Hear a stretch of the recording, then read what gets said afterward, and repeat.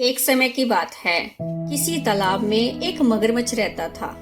वह धीरे धीरे पूरे तालाब की मछलियों को खाकर खत्म कर चुका था, जिसकी वजह से अब उसे तालाब में कुछ खाने को नहीं मिल पाता था। एक दिन वह तालाब के किनारे बैठकर जोर जोर से रो रहा था।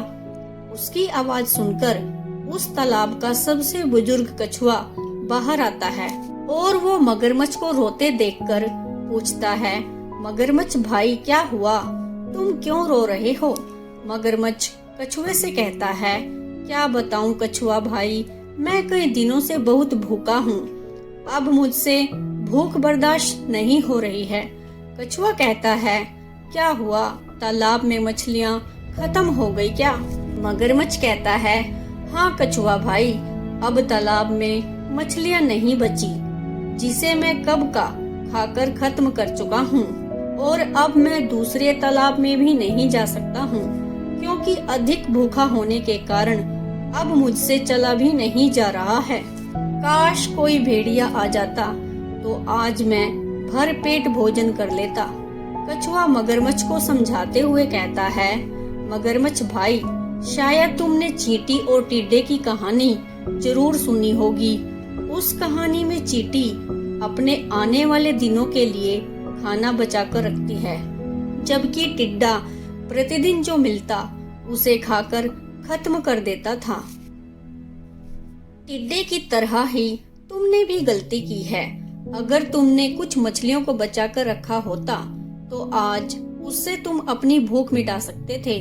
मगरमच्छ कछुए की बात को सुनकर रोने लगता है। वह कहता है, कछुआ भाई, आज तुम मेरे लिए खाने की व्यवस्था कर दो।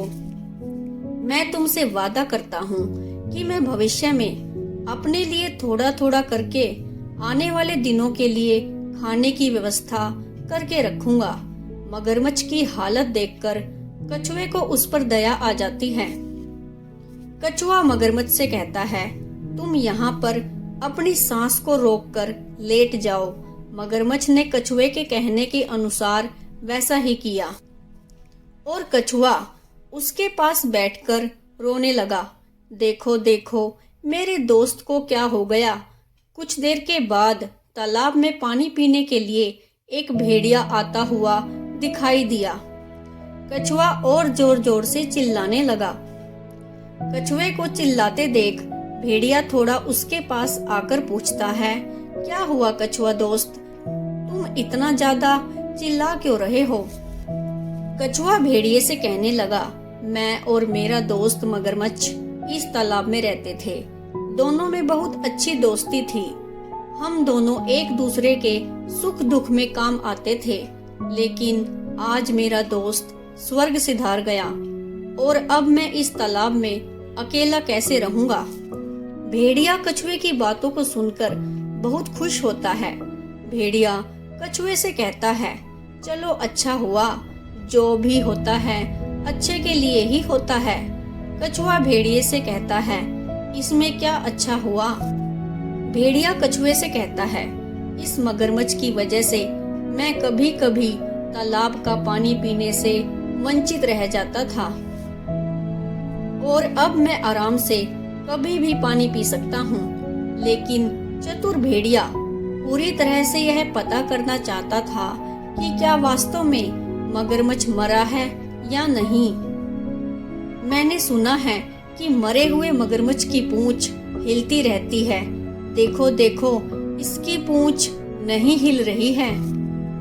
मगरमच्छ भेड़िए की आवाज सुनकर अपनी पूंछ को हिलाने लगता है। भेड़िए को पता चल जाता है कि मगरमच्छ जिंदा है। वह लंबी छलांग लगाते हुए भाग निकलता है। भेड़िया कुछ दूर आगे जाने के बाद एक सुरक्षित जगह पर रुक जाता है और अपने आप से कहता है, जान बची सो लाखों पाए। आज अगर मैं बुद्धि और दिमाग से काम नहीं लेता तो मैं अपनी जान से हाथ धो बैठता।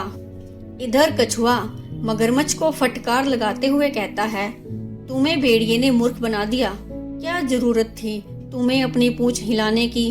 तुम्हारा अब कुछ नहीं हो सकता। अब तुम भूखे ही मरो।